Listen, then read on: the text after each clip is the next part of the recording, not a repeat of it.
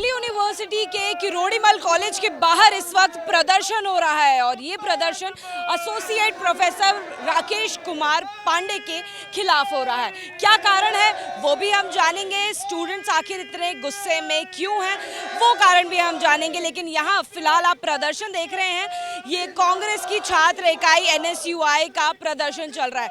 दरअसल associate professor Rakesh Kumar Pandey ने कुछ विवादित बोल जो है वो अपने फेसबुक पर पोस्ट किए। उनके अनुसार जो केरल बोर्ड से पढ़ने वाले छात्र हैं, जब वो दिल्ली आते हैं 100% उनके नंबर दिए जाते हैं। 100% नंबरों की आपत्ति को लेकर उन्होंने पोस्ट लिखा। साथ ही साथ उन्होंने इस पोस्ट पर केरल बोर्ड से पढ़ने वाले छात्रों को नाम भी दिया, मार्क्स जिहाद। मार्क्स जिहाद का नाम देने पर स्टूडेंट साफ तौर पर गुस्साए हुए हैं। सोशल मीडिया पर भी इसकी लगातार निंदा हो रही है। कांग्रेस के सांसद शशि थरूर ने भी इसकी निंदा करी, इसे हास्यास्पद बताया। और फिलहाल किरोड़ीमल कॉलेज के बाहर की तस्वीरें हम आपको दिखा रहे हैं, जहां पर एनएसयूआई का प्रदर्शन चल रहा है। आइए हम बात करते हैं एनएसयूआई के ही लोगों से। लोकेश जी, प्रदर्शन आप लोगों का यहाँ पर चल रहा है, उस पोस्ट को करे हुए करीबन 2 दिन से ज़्यादा बीत गया है। फिलहाल क्या अपडेट है? आप प्रिंसिपल से मिलके आए हैं? तो हम लोगों ने प्रिंसिपल को साफ साफ शब्दों में कहा है कि आपके प्रोफेसर का दिमागी तौर से संतुलन हिला हुआ है, वो मानसिक तौर पे विकलांग है। देखिए, हम लोगों ने ये मेमोरेंडम दिया है, उसमें साफ साफ लिखा है कि आप मानसिक तौर से विकलांग हैं और इनको बच्चों को पढ़ाने का कोई हक नहीं है। कुणाल शरावत हमारे दिल्ली प्रदेश अध्यक्ष हैं, उनकी अध्यक्षता में आज हम लोगों ने ये प्रदर्शन किया है। और हम लोगों ने टीचर को कहा है कि आप निष्पक्ष जांच इसकी कमेटी बनाइए, और अगर वो कमेटी नहीं बनती तो हम दुगनी मजबूती से सड़कों पे दोबारा उतरेंगे और दिल्ली विश्वविद्यालय पे भाजपा का, आरएसएस का रंग नहीं चढ़ने देंगे। जो राकेश कुमार पांडे हैं, एसोसिएट प्रोफेसर फिजिक्स पढ़ाते हैं किरोड़ीमल कॉलेज में, उनका ये आरोप है कि जो केरल बोर्ड से पढ़ने वाले स्टूडेंट्स हैं उनको 100% दिया जाता है। वहाँ पर जो 100% देने वाले स्टूडेंट्स हैं उनकी जो संख्या है वो कहीं ज़्यादा है। वो दिल्ली को कहीं ना कहीं कैप्चर करना चाहते हैं, दिल्ली को कहीं ना कहीं जेएनयू जैसा बनाना चाहते हैं। इस पर आप क्या कहेंगे? मैडम, मेरे ख्याल से दिल्ली विश्वविद्यालय एक बड़ा बैनर है और प्रोफेसर बहुत ही छोटी मछली हैं। दिल्ली विश्वविद्यालय ने आज प्रेस नोट जारी करके साफ कर दिया है, केरल के जितने भी छात्र हैं अपनी काबिलियत के बेसिस के ऊपर उनका एडमिशन हुआ है। जब दिल्ली विश्वविद्यालय ने प्रेस नोट छाप दिया तो इसका मतलब उनकी स्टेटमेंट का कोई वजूद ही नहीं रहता। तो केरल ने जितने भी बच्चों का रिज़ल्ट आया है और जितने भी छात्रों ने यहाँ पे अपना एडमिशन लिया है, वो सब लोगों ने अपने काबिलियत दम पर लिया है। लेकिन इसके साथ मैं आपको एक चीज़ बता देता हूँ कि इसके साथ साथ हमें ये भी सोचना चाहिए कि केरल सरकार का क्या दायित्व है। केरल सरकार बच्चों के साथ सिर्फ़ और सिर्फ खिलवाड़ कर रही है। अगर केरल के अंदर इतने ज़्यादा अच्छे इंस्टीट्यूशंस होते तो केरल के बच्चे वहाँ पे इतनी दूर पढ़ने ना आते, वो वहीं पढ़ते। कुणाल सहरावत जी से भी बात करते हैं, अध्यक्ष है दिल्ली एनएसयूआई के। जिस तरीके से उन्होंने शब्द का इस्तेमाल किया है कि मार्क्स जिहाद, इसको आप किस तरह से देखते हैं? देखो जी, प्रोफेसर का काम होता है सिर्फ स्टूडेंट्स को पढ़ाना और उनको अपने से ज़्यादा काबिल बनाना, जिससे कि इस देश के अंदर वो इस देश में कुछ कामयाब कर सकें। पर ये बड़ी शर्म की बात है कि एक प्रोफेसर जिसकी मानसिकता इतनी ख़राब हो चुकी है कि वो अब राजनीति पे उतरना चाह रहा है, वो संघ के हिसाब से चलना चाह रहा है या किसी की बातों में आके ऐसे शब्दों का प्रयोग कर रहा है। और रही बात दूसरी चीज़, जिस तरीके से उसने कहा कि केरला के स्टूडेंट्स के 100 नंबर आते हैं, तो ये काम उनके बोर्ड का है और ये दिल्ली यूनिवर्सिटी के एडमिशन कमेटी का काम है कि उन स्टूडेंट्स को लेना है या नहीं लेना है, और अगर नहीं लेना तो क्या कारण है जिससे कि उनको दिल्ली यूनिवर्सिटी के अंदर रोका जाए। तो एक प्रोफेसर का काम नहीं है कि वो स्टूडेंट्स को ये कहेगा कि तुम जिहाद हो, तुम्हारे 100 नंबर कैसे आ गए। वो उसका काम नहीं, उसका काम बच्चों को पढ़ा के, उन्हें अच्छे नंबर दे के, उन्हें अच्छी शिक्षा दे के उन्हें आगे भेजने का काम है। तो इसकी हम कड़ी निंदा करते हैं और मांग करते हैं प्रिंसिपल साहब से कि उसको जल्द से जल्द इस कॉलेज से निकाला जाए और साथ ही साथ उसके इस्तीफे की भी मांग करते हैं। आपका नाम क्या है? दिनेश कुमार मेरा नाम है। मैं किरोड़ीमल महाविद्यालय छात्र संघ से संयुक्त सचिव हूँ। आप ताल्लुक रखते हैं केरला बोर्ड से? मैं केरला बोर्ड से तो हालांकि ताल्लुक़ नहीं रखता हूँ, परंतु मेरे जो कॉलेज है इसके अंदर केरला के बहुत सारे स्टूडेंट्स हैं और जिस प्रकार से संघी विचारधारा से जुड़े हुए राकेश पांडे ने जो बयान जारी किया है, जैसे लव जिहाद के बाद का अगला स्टेज मार्क्स जिहाद बताया गया है, ये समस्त दिल्ली विश्वविद्यालय के विद्यार्थियों के लिए एक घातक विचारधारा का फैलना है। ये इसकी एनएसयूआई परिवार पूरा निंदा करती है। किरोड़ीमल महाविद्यालय छात्र संघ इसकी निंदा करता है। आप में से मैं जानना चाहूँगी, कोई आप किरोड़ीमल के छात्र भी हैं जो केरला बोर्ड से भी पढ़े हुए हैं?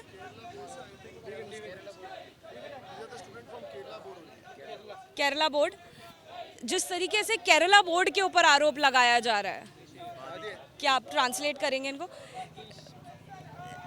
You are being alleged, the Kerala board is being alleged that they give 100% to the students, and the students from Kerala University, Kerala board, they come to Delhi University with an intention to play anti-national role here. What do you have to say for that? No, we can't tell like that. How can you tell like that? Because we are not anti-nationals. We come here for studying. The central universities are not reserved for any elite society or something like that, particularly for that. So we all come here for studying only, not to play any anti-national elements. What do you have to say about the 100% that is being given to lot of Kerala students of Kerala board? Because the professor Rakesh Kumar Pandey, he sees some suspicious aspect in that. Ma'am, in Kerala, I don't know what's the basis of telling Marx jihad. It's based on a community or something like that. He want to pretend to be, but it's not like that.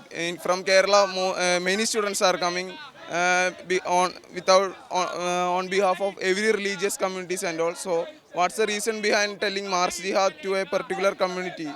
That's our question. Divin.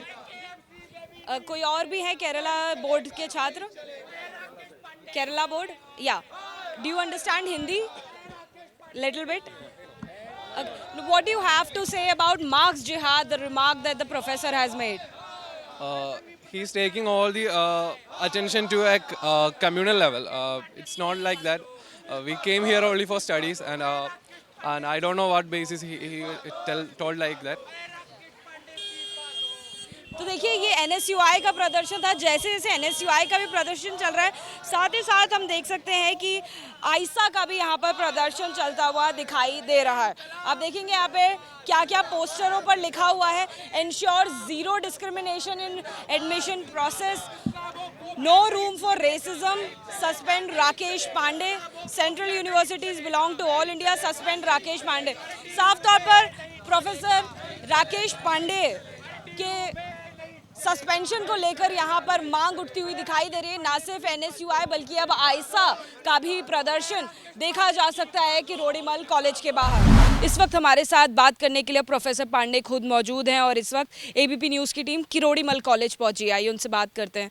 Sir, आपने जो post लिखी है उसका अनुवाद करके भी हम एक बार अपने दर्शकों को बताना चाहेंगे। आपने लिखा है कि एक कॉलेज को 20 सीटों वाले पाठ्यक्रम में 26 छात्रों को केवल इसलिए प्रवेश देना पड़ा क्योंकि उन सभी के पास केरल बोर्ड से 100% अंक थे।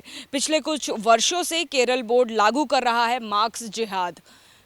क्या आरोप है आप में ऐसे इसका? क्योंकि जहां आप सीधे सीधे सवाल कर रहे हैं 100% देने पर, क्यों? होता क्या है कि दिल्ली यूनिवर्सिटी में जिस तरह का एडमिशन प्रोसेस है, इसमें अगर आप इसको कंट्रोल करना चाहो तो बड़ा आसान तरीका है कि आप किसी को 100% दे दो। अगर मैं कहूँ कि भाई ये 100 बच्चे हैं जिनको मैं प्लेस करना चाहता हूँ दिल्ली यूनिवर्सिटी में, तो बड़ा आसान है। हाँ, आप खुद ही डिसाइड कर सकते हो कि इसमें से 25 को आप फ़लाने कॉलेज में फ़लाने कोर्स में भेजोगे, इसमें से 30 को आप डिसाइड करके, और उनको आपको करना क्या होगा कि सिर्फ 100% मार्क्स देने होंगे। 100% मार्क्स जो है वो नॉर्मल नहीं है, और नॉर्मल इस सेंस में नहीं है क्योंकि मार्क्स ज़्यादा हैं वो तो अलग है, लेकिन इन मार्क्स के वजह से हमारे दिल्ली यूनिवर्सिटी के प्रोसेस एडमिशन प्रोसेस को वो कंट्रोल में हो जाता है। यानी कि आपका ये आरोप है कि इसमें उन छात्रों की शैक्षणिक गुणवत्ता जो है वो बिल्कुल नहीं है, इसमें उनका पढ़ाई लिखाई से कोई लेना देना नहीं है, एक पर्पस के एजेंडा के तहत उनको एडमिशन दिया जाता है। इसको नकारा नहीं जा सकता, ऐसी संभावना को नकारा नहीं जा सकता, क्योंकि केवल केरल बोर्ड ही क्यों सर, और भी कई बोर्ड्स हैं। दिल्ली यूनिवर्सिटी ने जो है एक प्रेस रिलीज़ भी कल जारी की है। उन्होंने क्या लिखा है प्रेस रिलीज़ में, ये भी मैं आपको बता दूं। देखिए, वो बताते हैं कि सीबीएसई बोर्ड से जो पहली कट ऑफ थी उसमें करीबन 31,000 छात्रों को दाखिला मिला है अभी तक। केरल बोर्ड से करीबन 2,335 लोगों को एडमिशन मिला है। हरियाणा बोर्ड से 1,500 छात्रों को एडमिशन मिला है, इत्यादि। वो सारे हैं, तो उनके ऊपर क्यों नहीं? उनसे पूछा है कि ये 31,000 में से कितने हैं जो 100% है, ये नहीं लिखा उन्होंने, ये छुपा रहे हैं वो। ये 2,300 में से कितने 100% हैं? मेरा शक है कि ये 2,300 केरला वाले जो हैं ये सारे के सारे 100% हैं, और जो बाकी हैं उनमें से कुछ परसेंटेज होंगे 100%। 100% और 99.9 में भी डिफरेंस है, आप ये समझो। अब जब मैं किसी को 99% दे करके मैं भेजूंगा तो मेरे पास एक कन्फ्यूज़न रहेगा स्टेट कि भाई ये इसको मिलेगा या नहीं मिलेगा एडमिशन।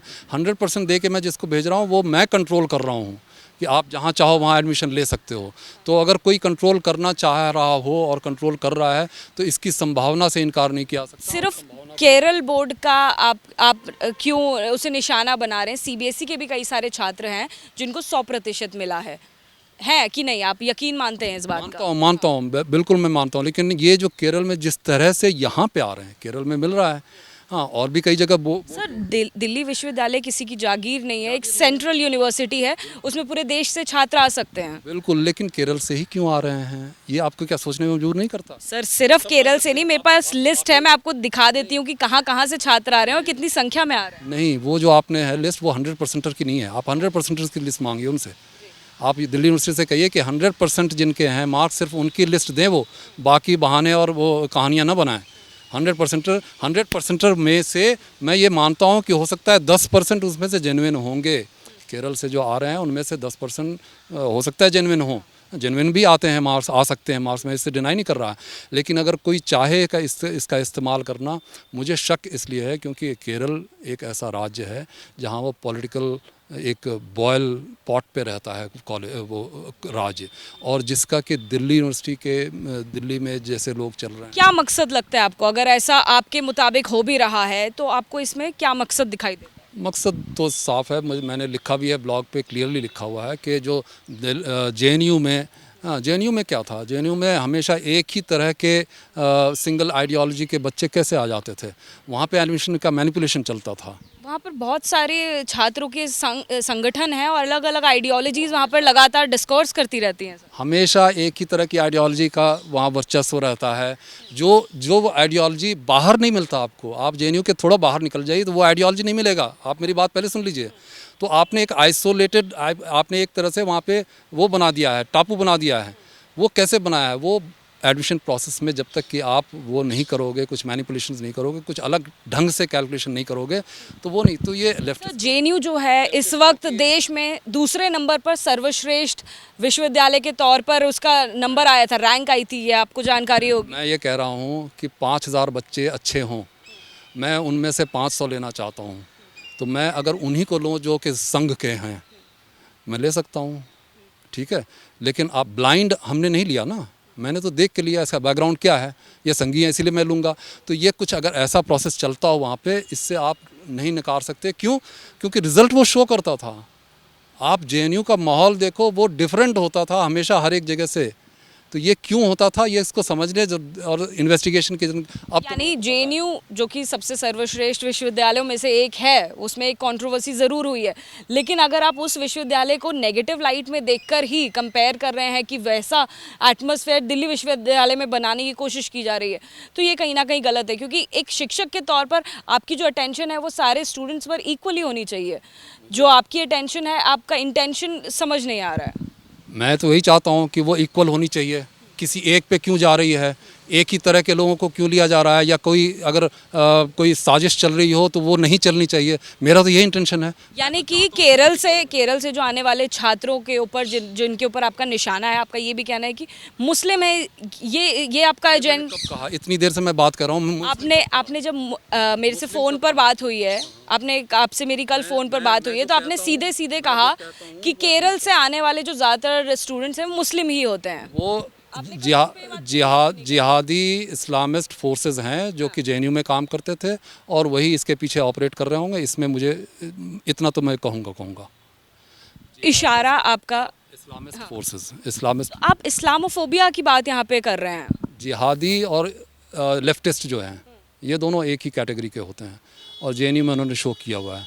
दोनों एक ही कैटेगरी के होते हैं, दोनों में कोई फर्क। मार्क्स जिहादिस्ट से आपका क्या मतलब है? मार्क्स जिहाद का, जैसे लव जिहाद का ये मतलब होता है कि लव को अगर मैनिपुलेट करता हो कोई टू स्प्रेड देयर रिलीजन, उसी को हम लव जिहाद कहते हैं। लव में कोई दिक्कत नहीं है, लव करो, करना चाहिए, लेकिन लव को अगर कोई मैनिपुलेट कर रहा हो इस इंटेंशन के साथ कि मुझे रिलीजन को स्प्रेड करना है, तो वो लव जिहाद है, वो गलत है। वैसे ही मार्क्स को अगर कोई मैनिपुलेट कर रहा है अपनी आइडियोलॉजी को प्रसार करने के लिए, आइडियोलॉजी को स्प्रेड करने के लिए, तो वो है मार्क्स जिहाद और मैं उसको मार्क्स जिहाद ही कहूँगा। इसमें मार्क्स जिहाद में रिलीजन का कनोटेशन नहीं है। इसमें आपका इशारा कहीं पर भी मुस्लिम छात्रों की तरफ नहीं है, अभी क्लैरिफाई कर रहे हैं। लेफ्टिस्ट आइडियोलॉजी पे है। आपके ब्लॉग में तो जो इशारा है सीधे सीधे आपने मुस्लिम की तरफ किया है। जेएनयू पे लिखा हुआ मैंने, ब्लॉग में कहाँ क्या लिखा है मैंने? कहाँ लिखा है मैंने? आप फ़ोन पे वही मैं कह रहा हूँ कि जेएनयू में कौन सी फोर्सेस हैं काम कर रही थी, वो जिहादी और लेफ्टिस्ट, इन दोनों का गठजोड़ है। सब पूरी दुनिया जानती है, पूरे भारत में चलता है ये गठजोड़। आपसे जब मेरी बात हुई थी तो आपने कहा, ये साफ तौर पर कहना था, आपने फ़ोन पर ये बात कही थी कि इसका सीधा सीधा संबंध जो है वो दिल्ली विश्वविद्यालय में आने वाले मुस्लिम छात्रों से है, क्योंकि वो केरला से जितने ज़्यादातर छात्र आ रहे हैं मुस्लिम आ रहे हैं। बहरहाल आप अभी डिनाई कर रहे हैं। इसी के साथ में ये भी एक बात है, उसी टाइम में आपको टोका था कि मैं ये कभी नहीं कहूँगा, लेकिन आप फिर भी उस पर स्टिक कर रही हैं। नहीं ठीक है, नहीं, मैंने आपकी बात समझ ली। नहीं, इसी के साथ में जो केरला से स्टूडेंट्स आ रहे हैं, क्या उनकी शैक्षिक गुणवत्ता नहीं है? क्या वो केपेबल नहीं है? मैं तो वहाँ तक गया ही नहीं अभी, लेकिन मैं इतना जानता हूँ कि जो आ रहे हैं उनमें से ज़्यादातर, कई लोगों से मेरी बात भी होती है। हाँ, जब वो किसी प्रॉब्लम में होते हैं और फिर फ़ोन करते हैं, मैं अपने कॉलेज में भी एडमिशन में हूँ, तो वो ये साफ कहते हैं कि I do not know English.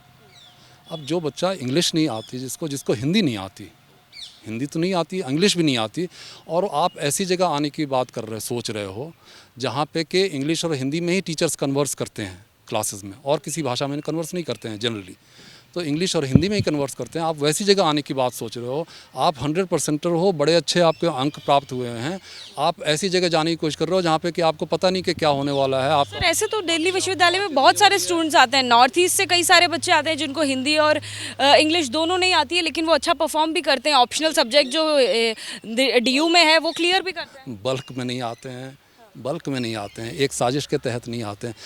2-4 हमेशा उनके कॉन्फिडेंस होता है, आ सकते हैं, आते हैं और करते भी अच्छा हैं, बहुत अच्छा करते हैं। तो आप में इसको लगातार साजिश की बू आ रही है और आप इसको मार्क्स जिहाद का नाम देते हैं। लगातार आपके विरुद्ध प्रदर्शन भी हो रहा है, लेकिन आप इसके लिए माफ़ी मांगते हैं या नहीं, या फिर आप अपनी बात पर अभी भी स्टिक हैं कि आप इसको मार्क्स जिहाद ही बोलते हैं? मैं तो मार्क्स जिहाद बोलता हूँ इसको, और वही बोलता रहूँगा, क्योंकि मेरा जो मकसद है, मैं इसमें कभी भी रिलीजियस ओवरटोन नहीं दे रहा है इसमें। ये मार्क्स जिहाद जो टर्म है, that is religion neutral term. मैं आइडियोलॉजी इसमें ज़्यादा देखता हूँ। This is a religion neutral term. Probably इसकी वजह से, अरे आप गुनाहों का देवता कहते हो, ये रिलीजन नहीं है न्यूट्रल। उसमें देवता आप कह देते हो, इधर गुनाह कहा उधर देवता कह दिया आपने, हवस का पुजारी कह दिया, इधर हवस कह दिया उधर पुजारी कह दिया। ये रिलीजन न्यूट्रल है? अगर ये रिलीजन न्यूट्रल है तो जिहाद is now a religion neutral term. उससे एक मैसेज सा आता है, एक उससे कुछ कन्वे होता है, that can be conveyed. You can not give me any other name to convey what I am trying to convey. मैं जो कन्वे कर रहा हूँ, अगर आप दोगे, मैं उसको जो आपने जिन शब्दों का चयन किया है वो कहीं ना कहीं ऐसा लगता है कि आपका एक प्रेजुडिस प्रेजुडिस है मुस्लिम्स के अगेंस्ट, आपका ऐसा प्रतीत होता है कि आप कहीं ना कहीं कम्यूनल टेंशन क्रिएट करने की कोशिश कर रहे हैं। इसमें सौहार्द वाली बात नहीं है, क्योंकि एक शिक्षक जो है वो सभी के लिए बराबर का शिक्षक होता है। मैं नहीं कर रहा। मेरा जो कन्वे करने का है, मैं शब्दों का इस्तेमाल वैसे ही करता हूँ। जिस चीज़ को मैं कन्वे करना चाहता हूँ वो अगर उसी शब्द से कन्वे हो रहा है तो मैं उसी शब्द का इस्तेमाल करूँगा। और मुझे लगता है कि मेरे पास और कोई दूसरा शब्द अभी नहीं है मार्क्स जिहाद के अलावा। अगर आप मुझे बताएंगी तो मैं फिर सोचूंगा। कांग्रेस सांसद शशि थरूर ने भी जो आपने बात कही है उसे लेकर हास्यास्पद बोला है, क्या कहेंगे इस पर? मैं भी उनके ट्वीट को हास्यास्पद कहूँगा, क्योंकि उन्होंने पूरे मामले को समझे बगैर, जाने बगैर ऐसा कमेंट किया है। तो ये मेरे लिए भी हास्यास्पद है। इतने जानकार आदमी हैं तो उनको पहले मामले को ठीक से देख लेना चाहिए, उसके बाद कमेंट करना चाहिए था। सर, आपकी पढ़ाई जो है, आपकी शिक्षा आईआईटी से हुई है। आईआईटी में आपको कभी ऐसा नहीं लगा जिस तरह का एटमॉस्फेयर डीयू में बनता जा रहा है? कैसा बनता जा रहा है, क्या फ़र्क? जैसा आपका आरोप है कि दिल्ली यूनिवर्सिटी में बड़ी संख्या से केरल के स्टूडेंट्स आ रहे हैं, ऐसा आपको कभी आईआईटी में नहीं लगा या किसी और विश्वविद्यालय में नहीं लगा, केवल डीयू डीयू में तो अब लग रहा है ऐसा। देखिए, पहले यहाँ पे हमेशा इन्फ्लक्स आता है, कभी आता है बिहार से आ रहे हैं, कभी राजस्थान से आ रहे हैं, कभी हरियाणा से आ रहे हैं, लेकिन वो कोई साजिश की बू नहीं आती थी। अभी जो हो रहा है मुझे लग रहा है कि पीछे साजिश है बस। आप डीयू प्रशासन से ऐसे में क्या मांग करते हैं? अगर आपका ये आरोप है तो सीधे तौर पर ये प्रशासन के ऊपर आरोप है, क्या मांग करेंगे? जो दाखिला करने वाले लोग हैं, जो प्रक्रिया में लगे हुए हैं, कट ऑफ पहली जो है वो ख़त्म होने जा रही है, दूसरी कट ऑफ रिलीज़ होने जा रही है, क्या कहेंगे उनसे? देखिए, हमारी यूनिवर्सिटी सेंट्रल यूनिवर्सिटी है। हम दाखिले के बीच में तो कोई नियम में चेंज करना हमारे लिए पॉसिबल नहीं है। मैंने इसीलिए पिछले साल ही ये ईमेल लिखा था वाइस चांसलर को कि अगले साल से आप एंट्रेंस एग्जामिनेशन लगा दीजिए, क्योंकि पिछले साल से ही ट्रेंड मुझे नज़र आ रहा था और मैंने वाइस चांसलर को ईमेल लिख करके वार्न किया था ये ट्रेंड्स ठीक नहीं है और लगता है कोई साजिश चल रही है, आप एंट्रेंस एग्जामिनेशन इसमें लागू कर दो तो ये सब अपने आप ठीक हो जाएंगे। अपने शब्दों को लेकर आप माफ़ी नहीं मांगना चाहते? नहीं, कोई जो भी मैं कन्वे करना चाह रहा था वो इन्हीं शब्दों में। छात्र जो लगातार आहत हैं उनका यही कहना है कि कम्युनल टेंशन आप क्रिएट करने की कोशिश कर रहे हैं, एक एटमॉस्फेयर ऑफ डिवीजन, आप विभाजन करने की कोशिश कर रहे हैं, उसको लेकर आप माफ़ी नहीं मांगे? अगर आप देखेंगे तो डिवीज़न जो क्रिएट हुआ भी है, क्योंकि मेरे खिलाफ कौन आ रहे हैं, मेरे खिलाफ एसएफआई आ रहा है, मेरे खिलाफ ऐसा आ रहा है, तो जो डिवीज़न है वो आइडियोलॉजिकल डिवीज़न है, जिसको कि मैं मना नहीं कर पाऊँगा, क्योंकि वो तो करेंगे ही करेंगे। मैं उन्हीं पे अटैक कर रहा हूँ।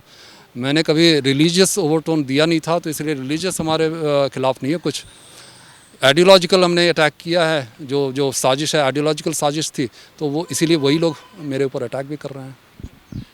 तो देखिए, हमने बात करी एसोसिएट प्रोफेसर राकेश कुमार पांडे जी से। साफ तौर पर उनका कहना है कि अब भी उनको केरला बोर्ड से आने वाले छात्रों की बड़ी संख्या को देखते हुए कहीं ना कहीं साजिश की बू आती है और एंट्रेंस एग्ज़ाम दिल्ली विश्वविद्यालय में कंडक्ट हो, इसके लिए वो लगातार प्रशासन से बात करते रहे हैं। कैमरा पर्सन राजेश के साथ जातिका सिंह, एबीपी न्यूज़, दिल्ली।